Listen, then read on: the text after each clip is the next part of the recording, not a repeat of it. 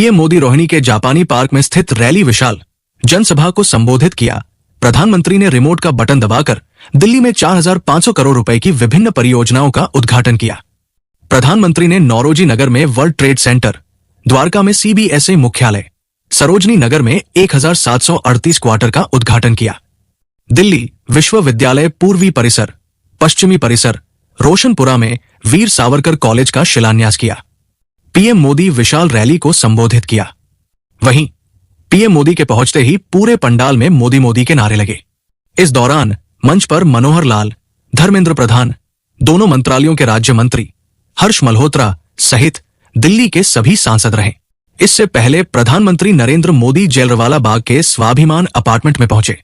नवनिर्मित फ्लैट देखने के बाद वहां कुछ पात्र परिवारों से भी बात की। प्रधानमंत्री के साथ केंद्रीय आवास एवं शहरी विकास मंत्री मनोहर लाल और एलजी वीके सक्सेना भी मौजूद रहे। पीएम ने अपने संबोधन में कहा कि दिल्ली देश की राजधानी है। बड़े खर्चे वाले बहुत से काम यहां जो होते हैं वो केंद्र सरकार के जिम्मे है।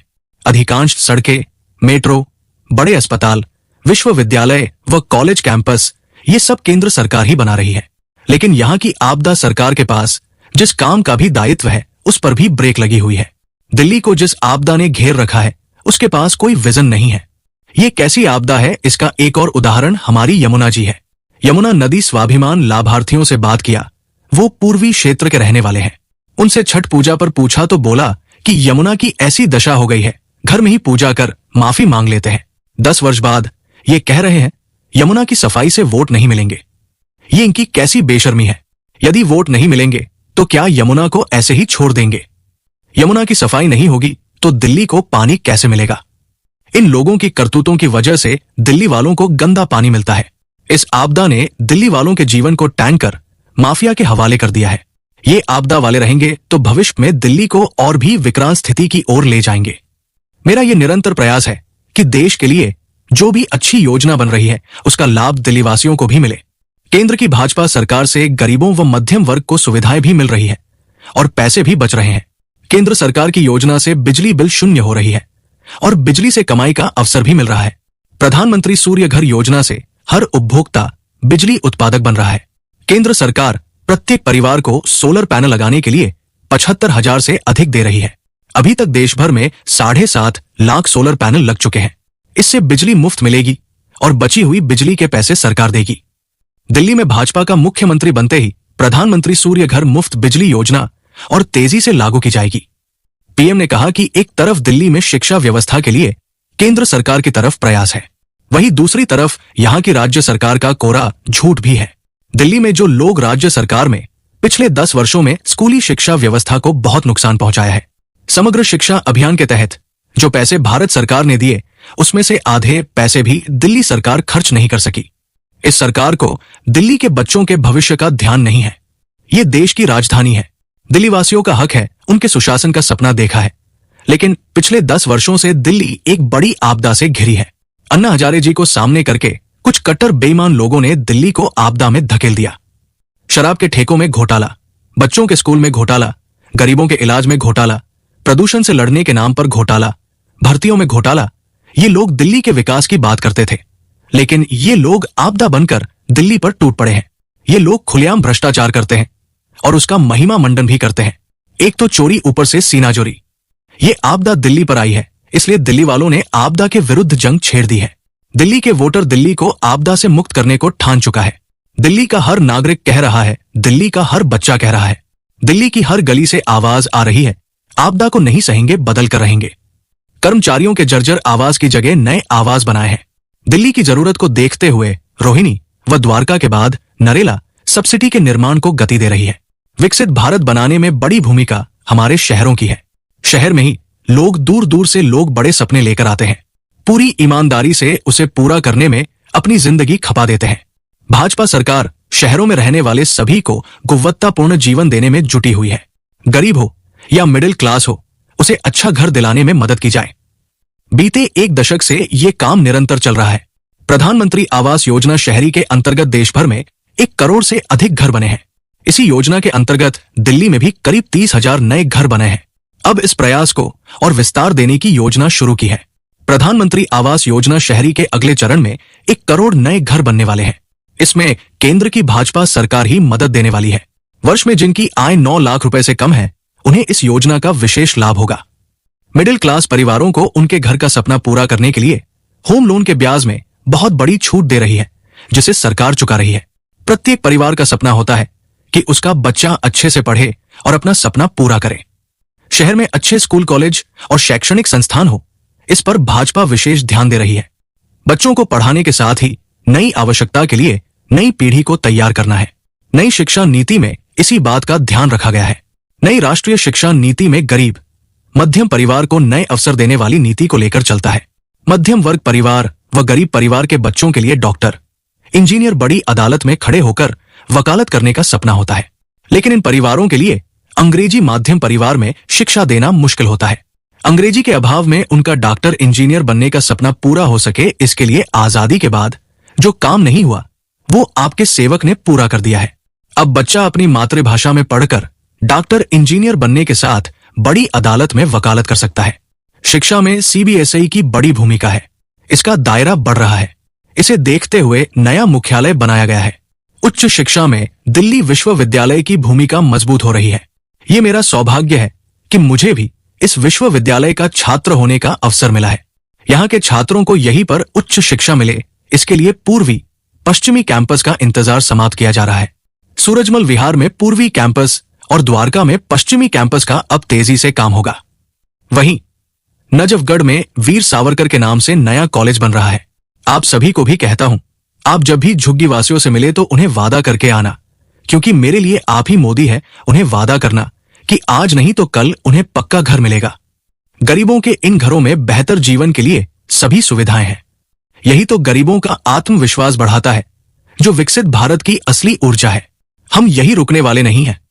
अभी दिल्ली में करीब 3000 ऐसे ही घरों का निर्माण कार्य कुछ ही समय में पूरा होने वाला है। आने वाले समय में हजारों नए घर दिल्ली वासियों को मिलने वाला है। आज पूरा देश विकसित भारत के निर्माण में जुटा हुआ है। विकसित भारत में देश के हर नागरिक के पास पक्की छत हो, अच्छे घर हो, ये संकल्प लेकर हम काम कर रहे हैं। इस संकल्प की स्थिति में दिल्ली का बहुत बड़ा रोल है। इसलिए भाजपा की केंद्र सरकार ने झुग्गियों की जगह पक्का घर बनाने का अभियान शुरू किया है। 2 वर्ष पहले भी मुझे कालकाजी एक्सटेंशन में झुग्गियों में रहने वालों के लिए 3000 से अधिक घरों के शुभारंभ का अवसर मिला था। वो परिवार जिनकी अनेक पीढ़ियां सिर्फ झुग्गियों में ही रही, जिनके सामने कोई उम्मीद नहीं थी, वो पहली पक्के घरों में पहुंच रहे हैं। तब मैंने कहा था कि ये तो अभी शुरुआत है। आज यहां और 1500 घरों की चाबी दी गई है। ये स्वाभिमान अपार्टमेंट गरीबों के स्वाभिमान और गरिमा को बढ़ाने वाले हैं। जब लाभार्थियों से मेरी बातचीत हुई तो उनके अंदर नई ऊर्जा व उत्साह देख रहा था। वहां बालक बालिकाओं से बात करने लगा कि उनके सपने अपार्टमेंट से ऊंचे उनके सपने दिखा। इन घरों के मालिक दिल्ली के अलग अलग लोग हों, लेकिन ये सबके सब मेरे परिवार के ही सदस्य हैं। देश भली भांति जानता है कि मोदी ने कभी अपने लिए घर नहीं बनाया, लेकिन बीते 10 वर्षों में 4 करोड़ से अधिक गरीबों का घर का उनका सपना पूरा किया है। मैं भी कोई शीश महल बना सकता था, लेकिन मेरे लिए तो मेरे देशवासियों को पक्का घर मिले यही एक सपना था। प्रधानमंत्री नरेंद्र मोदी ने नववर्ष की शुभकामनाओं के साथ अपना संबोधन शुरू किया। नया वर्ष भारत के विकास के लिए अनेक नई संभावना लेकर आ रहा है। दुनिया की तीसरी बड़ी आर्थिक ताकत बनने की तरफ हमारी यात्रा और तेज होने वाली है। आज भारत दुनिया में राजनीतिक और आर्थिक स्थिरता का प्रतीक बना है। वर्ष 2025 में भारत की ये भूमिका और सशक्त होगी। ये वर्ष विश्व में भारत की अंतर्राष्ट्रीय छवि को और सशक्त करने का वर्ष होगा। ये वर्ष भारत को दुनिया का बड़ा मैन्युफैक्चरिंग हब बनाने का होगा। युवाओं को नए स्टार्टअप व एंटरप्रेन्योरशिप में तेजी से आगे बढ़ाने का, कृषि क्षेत्र में नए कीर्तिमानों का, विमेन लेड डेवलपमेंट का वर्ष होगा। ये वर्ष ईज ऑफ लिविंग और जीवन को बेहतर बनाने का वर्ष होगा। ये कार्यक्रम भी इसी का हिस्सा है। आज जिन परियोजनाओं के उद्घाटन व शिलान्यास हुआ है, उसमें गरीबों के घर और स्कूल कॉलेज के प्रोजेक्ट हैं। उन माताओं और बहनों को विशेष बधाई देता हूं, जिनकी एक तरह से नई जिंदगी शुरू हो रही है। झुग्गी की जगह पक्का घर, किराए के घर की जगह अपना घर, ये नई शुरुआत ही तो है। जिनको ये घर मिले हैं, ये उनके स्वाभिमान का घर है, ये आत्मसम्मान का घर है, ये नई आशा व नए सपनों का घर है। मैं आप सभी की खुशियों व उत्सव में हिस्सा बनने आया हूं। आज जब यहाँ आया हूँ तो काफी पुरानी यादें ताजा होना स्वाभाविक है। आपातकाल के समय जब देश इंदिरा गांधी की तानाशाही रवैये के खिलाफ लड़ाई लड़ रहा था, उस समय मेरे जैसे बहुत सारे साथी अंडरग्राउंड मूवमेंट का हिस्सा था। उस समय अशोक विहार मेरे रहने का स्थान हुआ करता था, इसलिए आज अशोक विहार में आते ही बहुत सारी पुरानी यादें ताजा होना बहुत स्वाभाविक है। उपराज्यपाल वी.के. सक्सेना ने कहा कि दिल्ली के लिए ऐतिहासिक दिन है। प्रधानमंत्री झुग्गियों में रहने वालों को फ्लैट की चाबियां सौंपने वाले हैं। ये उनका सबके साथ सबका विकास के मंत्र को चरितार्थ करता है। उनका सपना था कि झुग्गी बस्ती के लोगों को भी सुख का जीवन मिले। उनका सपना पूरा होता हुआ दिखाई दे रहा है। ये पहली बार नहीं हो रहा है। उन्होंने कहा वर्ष 2022 में कालकाजी में मकान योजना के अंतर्गत फ्लैट सौंपे थे। इससे झुग्गी वासियों का दिल्ली में स्थायी पता होगा। ये प्रधानमंत्री के दूरदर्शिता के कारण संभव हो सका है।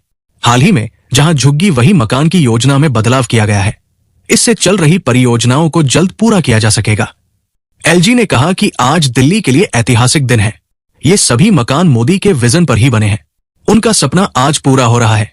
2022 में कालकाजी एक्सटेंशन में भी उन्होंने झुग्गी झोंपड़ी वालों को फ्लैटों की चाबी सौंपी थी। इस दिशा में जो परियोजनाएं चल रही है, उन्हें भी जल्द पूरा किया जाएगा। यमुना खादर में कई परियोजनाएं चल रही हैं। प्रधानमंत्री नरेंद्र मोदी की जनसभा में सुरक्षा के कड़े प्रबंध किए गए हैं। जनसभा स्थल पर 300 से ज्यादा मेटल डिटेक्टर गेट लगाए गए हैं। हर व्यक्ति की जांच के बाद ही एंट्री मिल रही है। बता दें कि पीएम मोदी आज दिल्ली वासियों को 4,500 करोड़ रुपए की कई परियोजनाओं की सौगात भी देंगे। वीर सावरकर कॉलेज की आधारशिला भी रखेंगे पीएम मोदी। जागरण फोटो। वहीं प्रधानमंत्री नरेंद्र मोदी नजफगढ़ के रोशनपुरा में आज वीडियो कॉन्फ्रेंस के माध्यम से वीर सावरकर कॉलेज की आधारशिला भी रखेंगे। पीएम मोदी के कट आउट के साथ सेल्फी लेती भाजपा महिला कार्यकर्ता। जागरण फोटो। रैली में एक भाजपा महिला कार्यकर्ता पीएम मोदी का कट आउट फोटो लेकर पहुंची। इस दौरान महिला ने पीएम मोदी के कट आउट के साथ सेल्फी भी ली। नौरोजी नगर में वर्ल्ड ट्रेड सेंटर का करेंगे उद्घाटन। पीएम मोदी 2 शहरी पुनर्विकास परियोजनाओं नौरोजी नगर में वर्ल्ड ट्रेड सेंटर WTC और सरोजनी नगर में जनरल पूल आवासीय आवास GPRA टाइप 2 क्वार्टर का भी उद्घाटन करेंगे। नौरोजी नगर में वर्ल्ड ट्रेड सेंटर ने 600 से अधिक जीर्ण क्वार्टरों को अत्याधुनिक वाणिज्यिक टावरों से बदलकर क्षेत्र को बदल दिया है, जो उन्नत सुविधाओं के साथ लगभग 34 लाख वर्कफुट प्रीमियम वाणिज्यिक स्थान प्रदान करता है। पीएम मोदी की रैली में पहुंचे लोग। जागरण फोटो।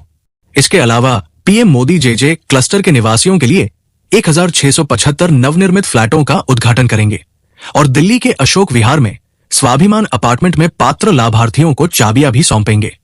द्वारका सेक्टर 22 में बनने वाले पश्चिमी परिसर के पहले चरण में 107 करोड़ रुपए की अनुमानित लागत से नए अकादमिक भवन का निर्माण होगा।